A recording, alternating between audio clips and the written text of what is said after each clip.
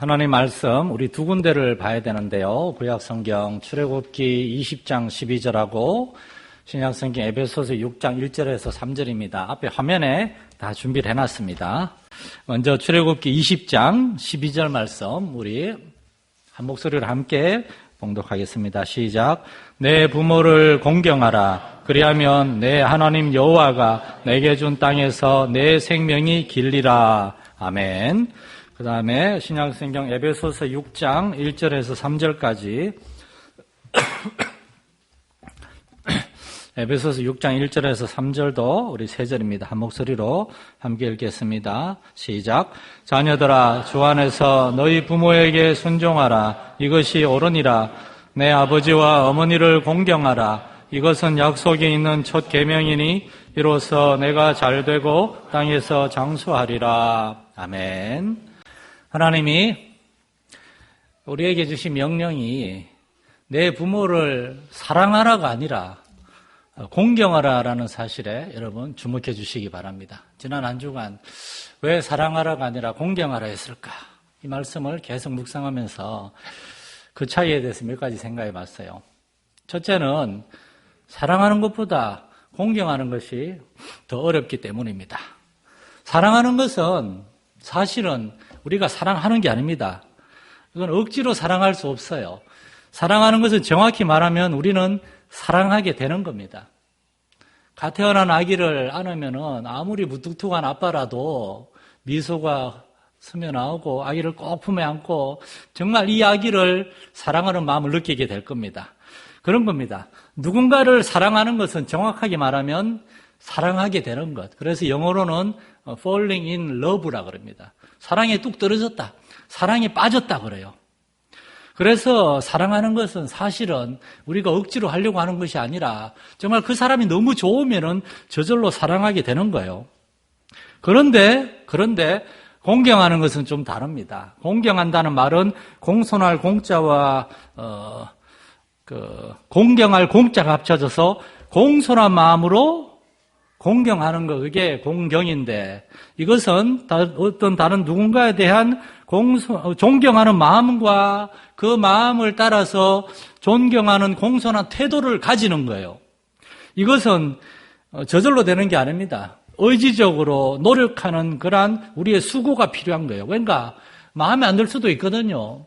공경할 만한 훌륭한 사람이면 공경하고 싶은데 때로는 공경하기 어렵다. 도저히 공경할 수 없다.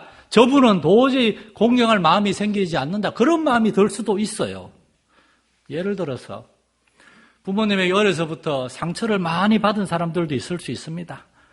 부모님이 부모로서 좀 더 따뜻하게 잘 대해주면 좋았겠구만 부모님도 너무 힘들어서 또는 어떤 부모로서 준비가 되지 못한 너무 나이 어린 그러한 부모거나 여러 가지 이유 때문에 부모로서 자녀들의 마음에 상처를 주거나 실망을 줄 수도 있어요. 그래서 자녀들은 아이고 우리 아버지 엄마는 난 도저히 공경할 수 없어요. 그냥 아들 딸로서 내 할 일만 할래요.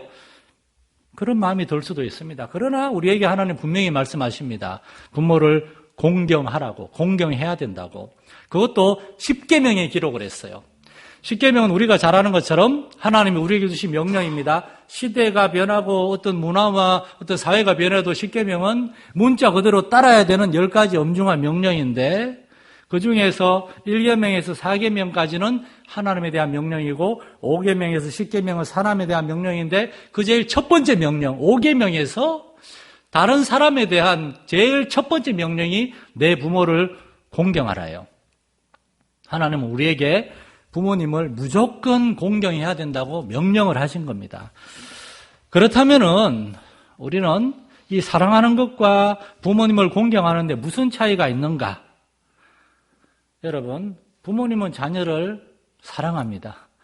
그런데 자녀는 그만큼 부모님을 사랑할 수가 없어요.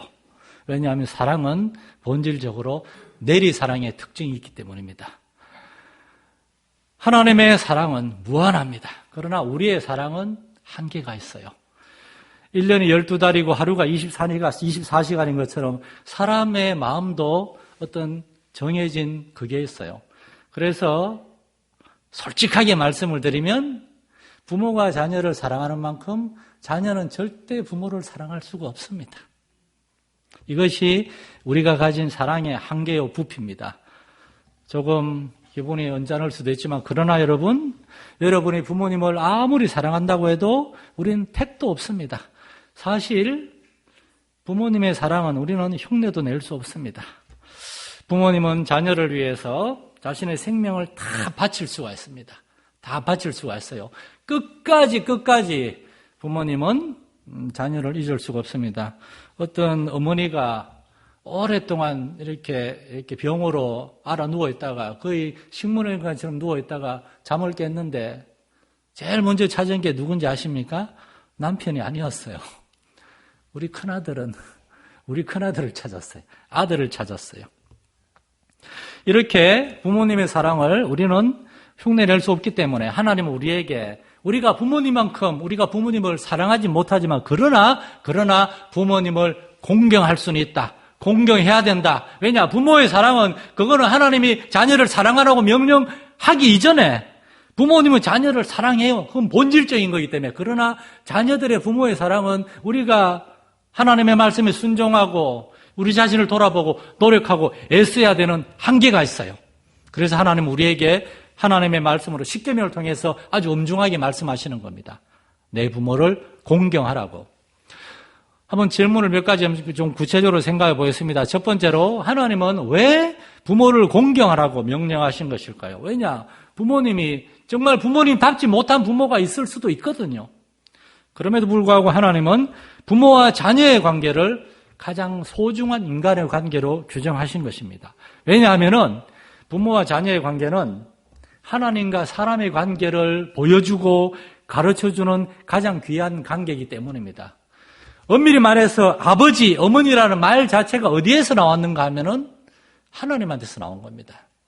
하나님이 사람을 창조하시고 사람에게 자녀를 낳게 하시고 아버지와 어머니 그리고 자녀의 관계를 만들어 주신 거예요. 그리고 사람들은 부모와 자녀의 관계를 통해서 사실은 하나님에 대해서 배우는 겁니다. 그래서 성경은 우리에게 뭐라 그럽니까? 하나님에 대해서 가장 중요한 표현이 하늘에 계신 우리의 아버지라고 말씀을 하시죠. 아버지. 우리가 부모님을 갖고 있는 모든 생각들이 사실은 하나님에게서 나온 겁니다. 우리 아버지, 어머니가 우리를 사랑하는 것을 통해서 우리는 하나님의 사랑을 알 수가 있는 거예요. 어떤 면에서 부모님의 사랑은 한계가 있을 수 있어요. 실수가 있을 수 있어요. 다소 부모님 중심의 자녀들의 입장을 생각하지 않고 부모님 중심의 일방적인 사랑일 수도 있어요. 왜냐, 우리는 죄성을 지닌 연약하고 부족한 존재이기 때문에. 그러나 부모님의 사랑을 통해서 부모님의 사랑에도 한계가 있을 수 있으나 그러나 우리의 사랑에 비해서는 엄청나게 크고 위대한 사랑이죠. 그러나 그거보다 더 큰 가장 크고 위대하고 완전한 사랑이 있다는 겁니다. 부모님으로 하여금 자녀들을 사랑하게 하고 자녀들을 위하여 자신을 버릴 수 있을 정도로까지 돌볼 수 있도록 부모님의 마음에 그 사랑을 부어주신 분이 누군가? 그게 바로 하나님이라는 겁니다. 하나님. 우리는 혹시 우리의 부모님에 대해서, 우리 아버지나 어머니에 대해서 약간의 상처가 있을 수도 있고 안 좋은 기억들이 있을 수 있고 그러한 사람들도 하나님 앞에 나아가서 하나님의 사랑을 통하여 우리의 마음이 치료를 받고 치유받고 회복되고 그 결과 부모님과의 관계도 회복시킬 수 있는 줄 믿으시기 바랍니다. 하나님을 믿고 섬기고 하나님과의 올바른 관계를 갖게 되면은 부모님과의 관계, 가족과의 관계도 회복이 된다는 겁니다. 왜냐하면 하나님의 사랑은 우리를 변화시키고 회복시키는 그러한 역사하는 사랑이기 때문입니다. 그렇다면 하나님은 왜 부모를 공경하라고 명령하셨는가? 부모님은 하나님의 대리인으로서 하나님의 청지기가 되어서 하나님을 대신하여 하나님의 위탁을 받아서 하나님의 자녀인 우리를 낳으시고 기르시고 돌보고 책임지는 분이 바로 부모님이기 때문입니다. 사실 기독교 신앙 아니면은 부모에 대한 공경, 부모와 자녀의 관계에 대해서도 세상은 아무것도 할 말이 없습니다.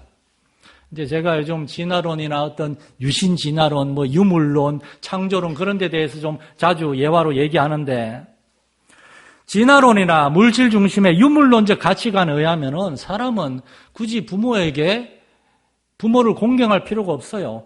효도는 해야 돼요. 용돈도 드리고 조금 시간을 보내고, 그러나 그거면 충분하다는 거예요. 부모님을 그냥 마음으로 존경하고 아주 공경하고 사랑하려고 애쓰고 그럴 필요는 없다고 말합니다. 왜냐?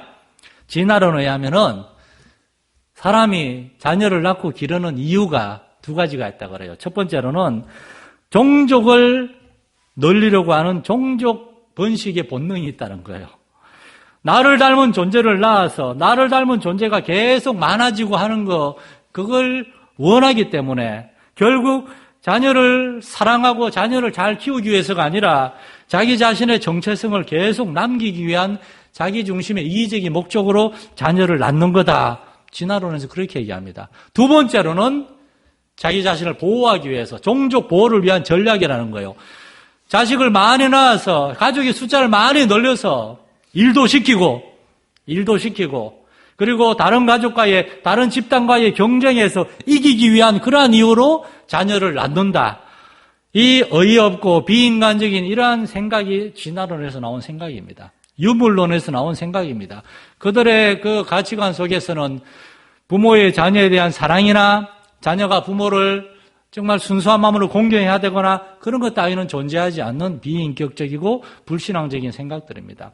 그러나 성경은 하나님의 사랑에 대해 얘기합니다. 그리고 그 하나님의 사랑이 우리에게 어떻게 나타난 바 되었는가? 그 아들 예수 그리스도를 통해서 온전한 사랑이 나타났죠. 그러나 그만큼은 아니지만 다소 불완전하지만 그러나 적어도 자녀들로서는 도저히 흉내낼 수도 없고 이해할 수도 없는 그 큰 사랑으로 우리를 사랑하는 부모님을 우리에게 허락하심으로 하나님 우리를 얼마나 사랑하는지를 보여준 겁니다. 그래서 우리에게 부모를 공경하라고 하나님은 명령하신 겁니다. 예수님은 12살이 지난 어느 때에 그 육신의 아버지 요셉을 잃었습니다.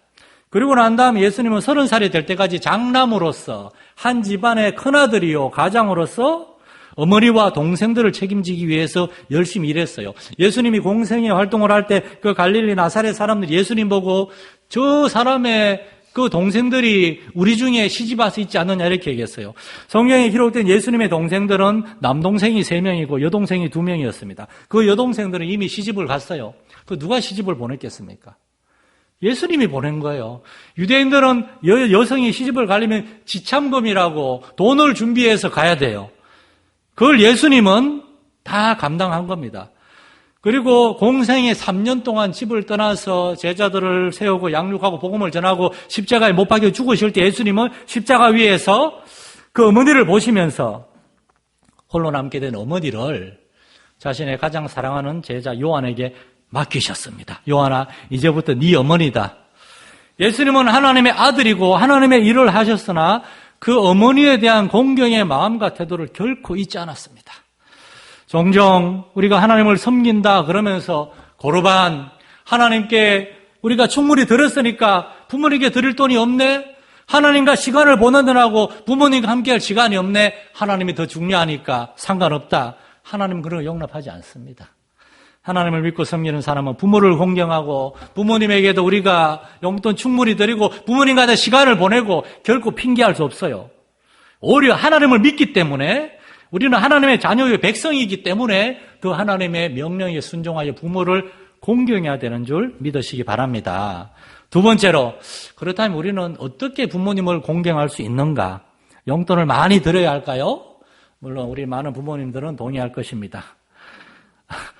저도 우리 자녀들한테 부모 사랑은 보물이 있는 곳에 마음이 있다고, 사랑은 돈과 함께 계속 이렇게 세뇌 교육을 시키고 있는데 성경에도 나오잖아요. 보물이 있는 곳에 마음이 있다고. 무슨 말인가 하면은 내가 중요하게 생각하는 곳에 돈을 쓴다는 겁니다.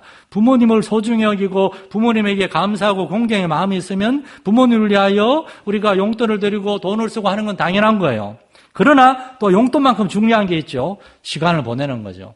돈만 보내고 얼굴 코빼기도 안 보이고 그러는 것이 아니라, 그러니 부모님은 그래 바쁜데 뭐 용돈만 보내주면 되지 생각하시겠지만 시간이 지나면은 돈보다 더 중요한 게 함께 하는 거거든요. 함께 부모님과 자녀들이 함께 시간을 보내는 것, 함께 시간을 보내는 것. 이것은 무엇을 의미하는가 하면 그 자녀들의 삶에 있어서 부모님이 정말 소중하다. 부모님이 나를 사랑하고 나를 소중히 여기고 내가 어릴 때 정말 부모님이 그 마징가 짱가도 아니고 어떤 내가 힘들 때는 꼭 부모님이 나와 함께 하셨던 것을 그것을 자녀들이 잊지 않고 기억하고 있다는 증거가 되는 겁니다. 여러분, 부모님과 함께 시간을 보낼 수 있기를 바랍니다.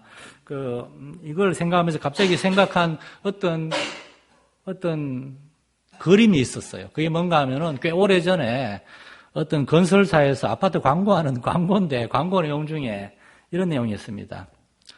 유튜브 영상이 있더라고요. 그걸 한번 틀어볼까 했는데 그냥 너무 그런 것 같아서 말로만 설명을 드립니다.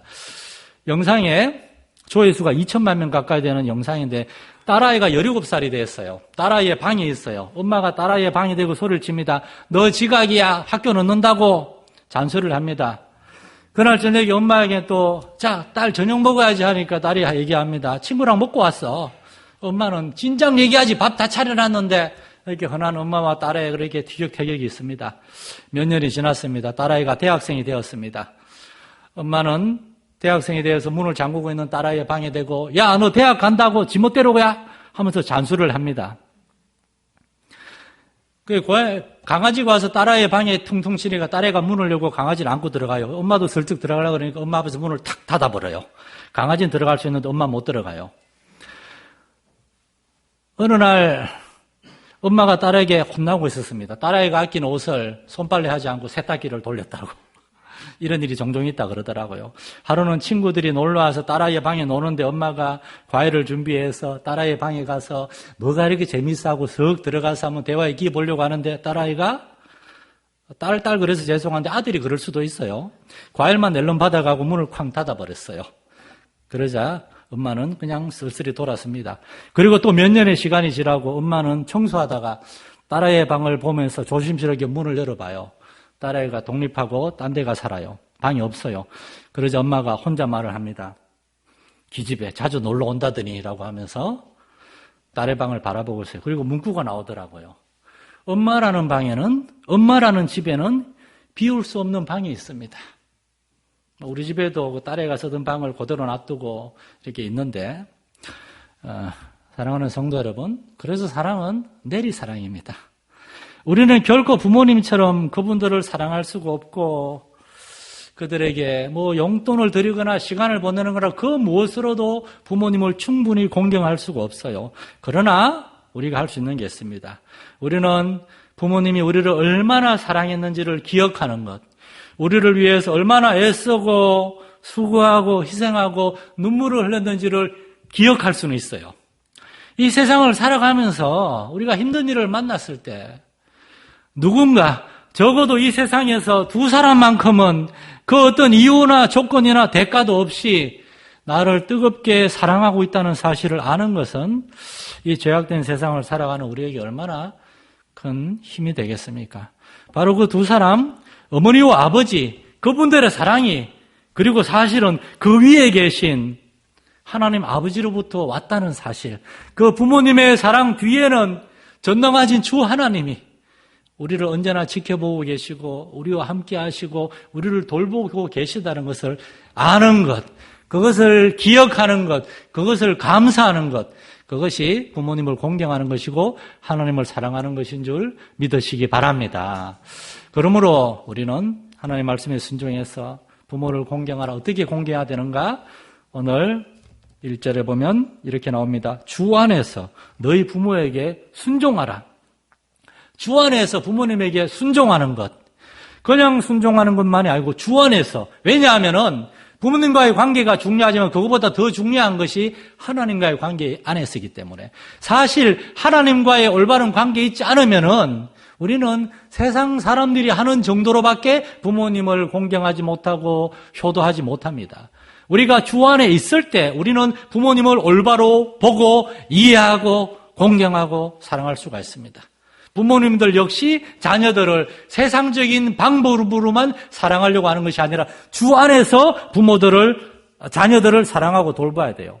부모와 자녀의 관계가 올바로 회복되기 위해서 이 단어 주 안에서가 반드시 있어야 된다는 겁니다. 주 안에서 우리는 부모님에게 순종해야 됩니다. 믿음 안에서 부모님에게 순종해야 됩니다.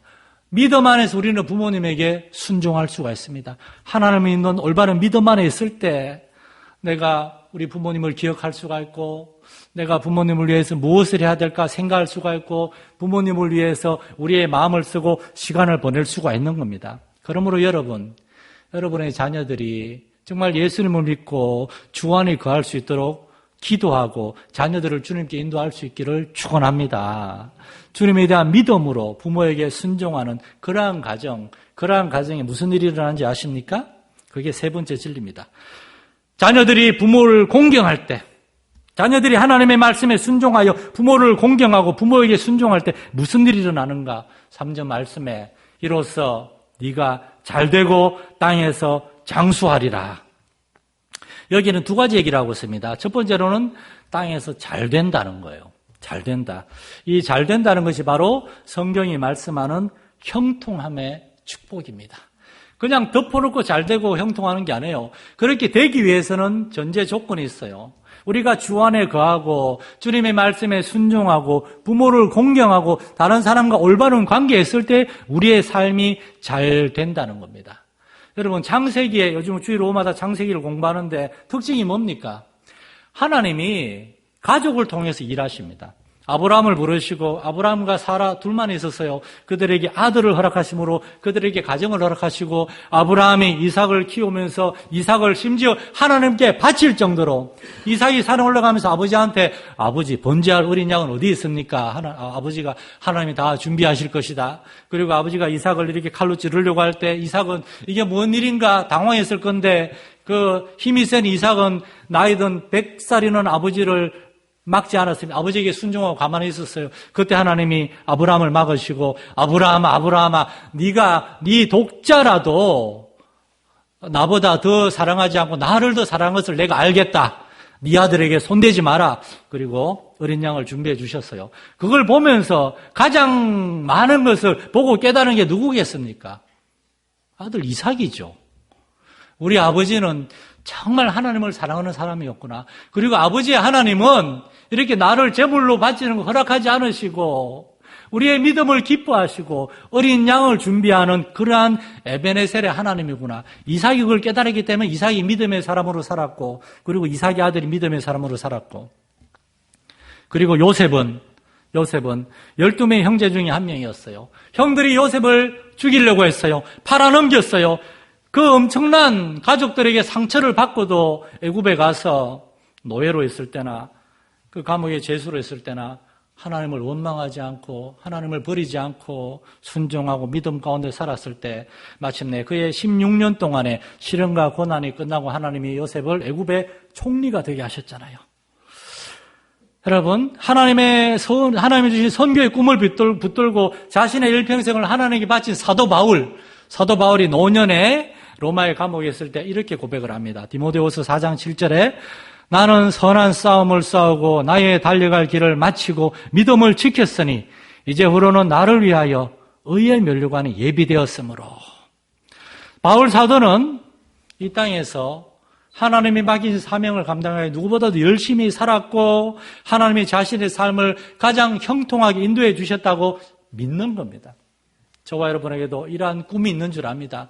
우리가 세상에서 정말 덮어놓고 돈 많고 땅 많고 집 많고 큰 차 굴리는 그런 부자 되는 삶, 그렇게 잘 되는 걸 원하는 게 아니잖아요.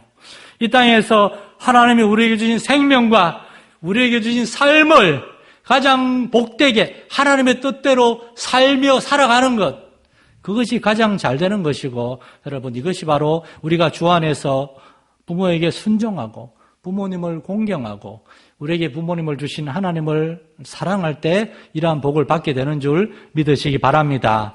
그리고 두 번째 복이 뭡니까? 땅에서 장수하리라. 사실 제가 전에 이 본문을 설교하면서 이 구절을 잘 설명을 드렸는데 여기에는 아주 중요한 한 단어가 빠져 있어요. enjoy라는 말입니다. 이 말씀은 영어 성경에 You enjoy long life on the earth라고 되어 있어요. 너는 땅에서 하나님이 주신 생명을 즐겁게 살게 될 것이다.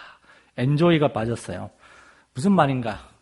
자녀들이 부모님을 공경하고 부모님이 자녀를 사랑하고 그러한 가정에서 부모님들은 그들의 여생을 그냥 죽지 못해서 산다.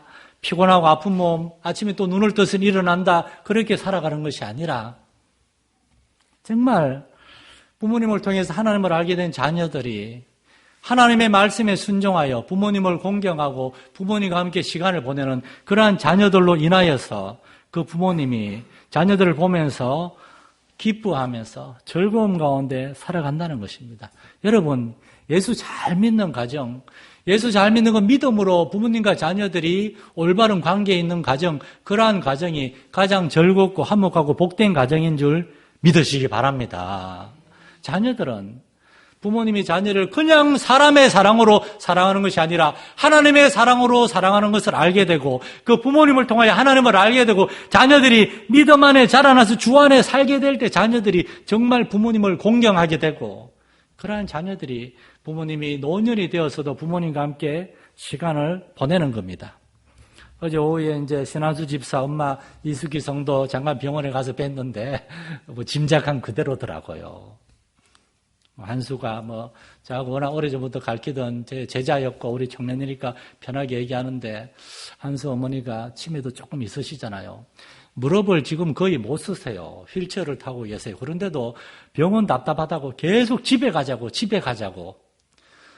그럼 한수는 엄마가 집에 무릎을 못 쓰는데 두고 일을 못 하잖아요. 그러니까 엄마 병원에 조금만 더 그래도 집에 가자고. 근데 한수가 저 없을 때 어쩔지 모르겠지만 엄마한테 짜증 안 내고 엄마 꼭 안으면서 아이고 엄마 조금만 참아. 여러분 한수 어머니 지금 얼마나 복 받았는지 아셔야 되는데 제가 기도하면서 이렇게 좋은 아들을 두셨는데 우리 한수 엄마 빨리 건강 회복해서 아들 손잡고 교회 나오게 해달라고 그렇게 기도를 드렸습니다. 여러분의 자녀들이 이렇게 믿음 안에서 자녀들을 잘 양육할 때 그들이 하나님 안에 올바로 세워져 하는 것만이 아니라 그들이 참으로 부모님을 사랑하고 공경하는 것을 보게 될 것입니다. 우리 마산연령교회에 속한 모든 가족들이 정말 부모님은 하나님의 사랑으로 자녀들을 사랑하고 아끼고 돌보며 자녀들이 부모님을 공경하는 마음으로 순종하는 그러한 예수 안에서 복된 가정이 될 수 있기를 간절히 축원합니다. 하나님 아버지, 세상에 많은 가정들이 깨어지고 부모와 자녀의 관계가 깨어지고 남편과 아내의 관계가 깨어지고 이러한 세상 속에서 하나님은 가정의 회복을 성경에 명령하십니다. 이를 위해서 우리는 주 안에서 부모님을 공경하는 자녀가 되어야 되겠고 우리의 자녀들을 사랑하되 세상의 사랑, 어떤 인간 중심적인 사랑이 아니라 하나님의 말씀을 따라서 자녀들을 아끼고 자녀들을 주님께 인도하는 우리 부모님들 되어서 이 자단에 속해 있는 모든 가정들의 부모님과 자녀들, 가족들과의 관계가 하나님의 은혜와 사랑으로 회복되고 하나님의 은혜와 기쁨이 있는 그러한 가정들 되게 하여 주시옵소서.